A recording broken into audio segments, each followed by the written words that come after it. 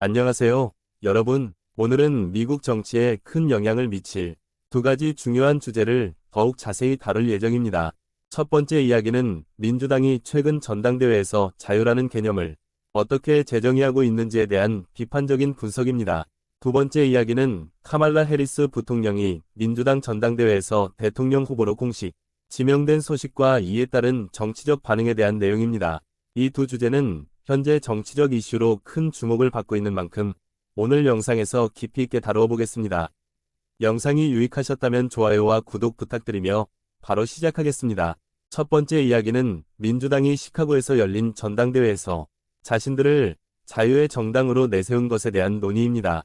평소 자유라는 개념은 주로 공화당에서 사용되지만 이번 민주당 전당대회에서는 민주당이 이 단어를 채택해 자신들의 정책을 정당화하려고 했습니다. 특히 민주당 부통령 후보인 팀 월즈는 연설에서 공화당의 자유를 정부가 의사의 사무실을 침해하고 기업이 공기와 물을 오염시키며 은행이 고객을 착취하는 자유라고 정의했습니다. 반면 민주당이 말하는 자유는 더 나은 삶을 살 권리, 자신의 건강을 스스로 결정할 권리, 그리고 학교에서 충격을 걱정하지 않고 교육받을 권리라고 강조했습니다. 그러나 이러한 민주당의 정의는 자유를 정부가 부여하는 긍정적 권리로 이해하는 것으로 해석될 수 있습니다. 이는 프랭클린 디 루즈벨트 대통령의 욕망으로부터의 자유라는 개념과 유사한데 사회보장제도와 같은 정부 프로그램이 자유를 보장하는 방식입니다. 하지만 이는 결국 다른 사람들의 자유를 제한하는 형태로 이어질 수 있습니다. 월즈가 언급한 총격으로부터의 자유 역시 정부가 강압적으로 총기를 통제하려는 시도로 볼 수 있습니다. 이는 제2차 수정헌법에서 명시된 개인의 권리를 침해하는 것으로 해석될 수 있습니다. 민주당의 정책이 실제로는 자유를 제한하는 방식으로 작용할 수 있다는 점도 지적되고 있습니다. 예를 들어 민주당의 기후 정책은 결국 가스 스토브나 휘발유, 자동차를 구매할 자유를 박탈하게 만들 수 있습니다.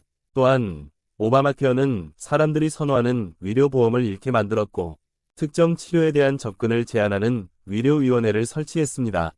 이러한 강제적 조치는 종종 정부의 의료 시스템에서 발생하는 문제입니다.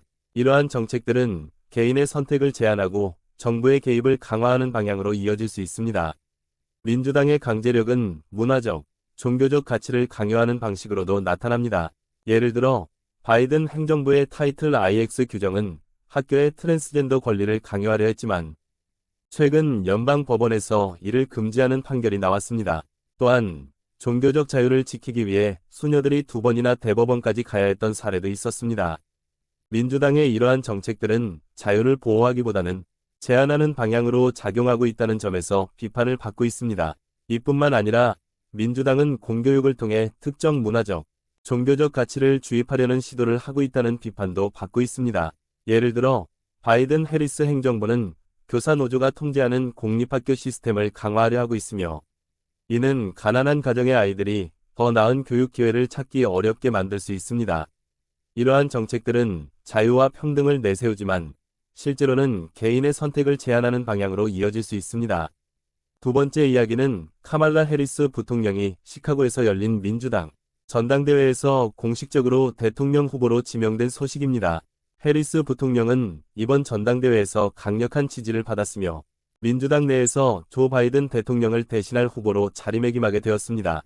그녀는 민주당의 차기 리더로서 많은 기대를 받고 있지만 실제로 그녀가 어떤 정책을 추진할 것인지에 대한 구체적인 언급은 거의 없었습니다.